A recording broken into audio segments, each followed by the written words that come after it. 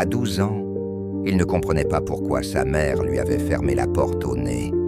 Elle pleurait, mais elle ne l'a pas laissé entrer.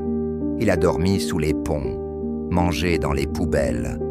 Et chaque nuit, il se demandait « Est-ce que je mérite vraiment d'exister ?» Un soir, une vieille femme lui donne un livre, un simple livre. C'était la première fois qu'on lui offrait quelque chose sans rien demander en retour. Il ne savait pas lire, mais chaque nuit, il tentait.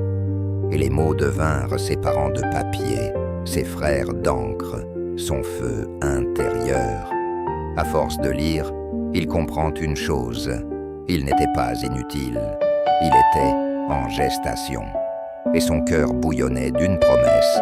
À 18 ans, il crée un petit coin pour les enfants de la rue, avec 2 livres, 3 chaises, et l'envie de ne laisser personne dehors. Son histoire émeut une journaliste, le reportage devient viral. Des dons arrivent, il ouvre un centre, il devient ce que personne n'a été pour lui, un refuge. Des années plus tard, il recroise la vieille dame.